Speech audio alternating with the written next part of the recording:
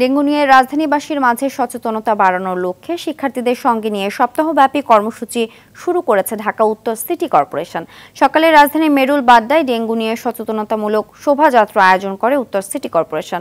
পরে শিক্ষার্থীদের নিয়ে বিভিন্ন বাসা বাড়ি পরিদর্শন করে সচেতনতামূলক বার্তা পৌঁছে দেওয়া হয়। এমন জনবান্ধবমূলক কর্মসূচিতে অংশগ্রহণ করে সন্তোষ প্রকাশ করেন শিক্ষার্থীরা। এদিকে ডেঙ্গুতে আক্রান্ত হয়ে গত ২৪ ঘন্টায় ৬ জন মারা গেছে, যা চলতি মৌসুমে একদিনের সর্বোচ্চ মৃত্যু হার। এ নিয়ে এবছর মৃতের সংখ্যা বেড়ে দাঁড়ালো ১১৯ জনে। আর ডেঙ্গু আক্রান্ত হয়ে হাসপাতালে ভর্তি হয়েছে ৮৬৫ জন। এ নিয়ে এখন পর্যন্ত মোট আক্রান্ত ২১,০৭৯ জন। উদ্যোগটা যদি ওনারা প্রত্যেকটা বছর নেয় তাহলে হয়তো বা আমরা আর কি এইসব ডেঙ্গুতে বা এইসব এডিস মশায় আক্রান্ত হবে না, অনেক মানুষরা বিভিন্ন রোগ থেকে মুক্তি পাবে। তাদের উদ্দেশ্যে আমি একটাই বলবো, যাতে তারা এই জিনিসগুলো খেয়াল করে, এই জিনিসগুলো যেন তারা না করে, ইগনোর না করে, তারা যেন খেয়াল করে। এটা আজকে থেকে শুরু হলো এবং ৭ দিন ব্যাপী আমাদের ৫৪টা ওয়ার্ডে এটা চলবে এবং একাধিক কর্মপরিকল্পনা আমরা রয়েছে। আমরা এই প্রোগ্রামের মাধ্যমে সচেতনতামূলক কার্যক্রম অ্যাজ ওয়েল অ্যাজ ইন্টারভেনশন একসাথে চালাবো।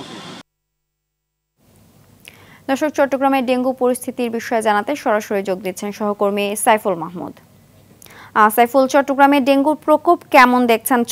সংক্রমণ রোধে সিটি কর্পোরেশনের কি উদ্যোগ দেখছেন জানাবেন। জি সিনথিয়া, আসলে আপনি যেমনটি বলেছেন, চট্টগ্রামে ডেঙ্গুর চলছে, কোনোভাবেই কিন্তু নিয়ন্ত্রণ করা যাচ্ছে না। গত ২৪ ঘন্টায় চট্টগ্রামে ডেঙ্গুতে আক্রান্ত হয়েছেন ৩৪ জন এবং পুরো বছরে আক্রান্ত হয়েছেন ৯৪৩ জন এবং সেই সাথে মৃত্যুবরণ করেছেন ১২ জন। শুধুমাত্র এই ১২ জন পুরো বছরে মৃত্যুবরণ করলেও কি চলতি মাসে মৃত্যুবরণ করেছেন ৭ জন। এই ৭ জনের মধ্যে ৫ জন নারী, ২ জন পুরুষ রয়েছে।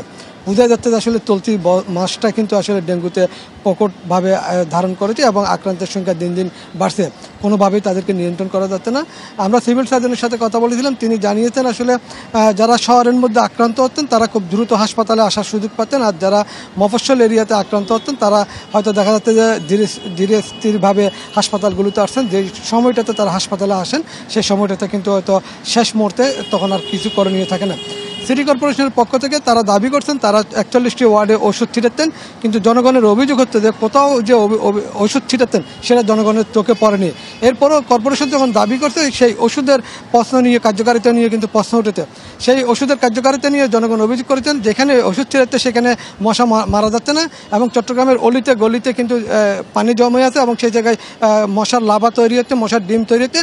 এটা কিন্তু কর্পোরেশন দেখেও না দেখার ভান করছে। আমরা কথা বলেছিলাম কর্পোরেশনের প্রধান নির্বাহীর সাথে, তিনি জানালো আসলে ৫ই আগস্ট সরকার পতনের পর ৪১টি ওয়ার্ডের কাউন্সিলররা ঠিকমতো অফিস করছেন না। এর মধ্যে তাদেরকে আসলে কাজ করতে হচ্ছে। তবে জনগণের অভিযোগ হচ্ছে যে কর্পোরেশন সঠিকভাবে কাজ করছে না। আর যদিও কাজ করে থাকে, যে ওষুধ ছিটাচ্ছে বলে কর্পোরেশন দাবি করতেন সেই ওষুধের কার্যকারিতা নিয়ে কিন্তু প্রশ্ন উঠেছে।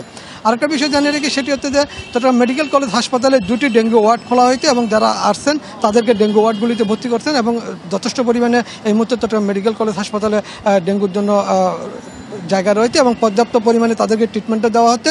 কোনোভাবেই যাতে তাদের ট্রিটমেন্টে গাফিলতি না হয়, পরিচালক সাহেব সেই বিষয়টি ভালোভাবে নজরদারি করছেন। তবে চট্টগ্রামে কোথাও কিন্তু জনসচেতনতা দেখা যাচ্ছে না ডেঙ্গু নিয়ে যে সচেতন করার বিষয়টি, সেটি কিন্তু চট্টগ্রামের কোথাও নাই বললে চলে। যেভাবে পারছে আসলে সেভাবেই চলছে। যতক্ষণ পর্যন্ত সচেতন হবে না ডেঙ্গু নিয়ে, ততক্ষণ পর্যন্ত আসলে এটার শেষ হবে না বলে মনে করছেন। তবে আগামী মাসেও কিন্তু আসলে ডেঙ্গুর প্রকোপ থাকবে বলে যারা সিভিল সার্জনের পক্ষ থেকে জানিয়েছেন। এই ছিল আমার কাছে সর্বশেষ তথ্য। সিনথিয়া, ধন্যবাদ।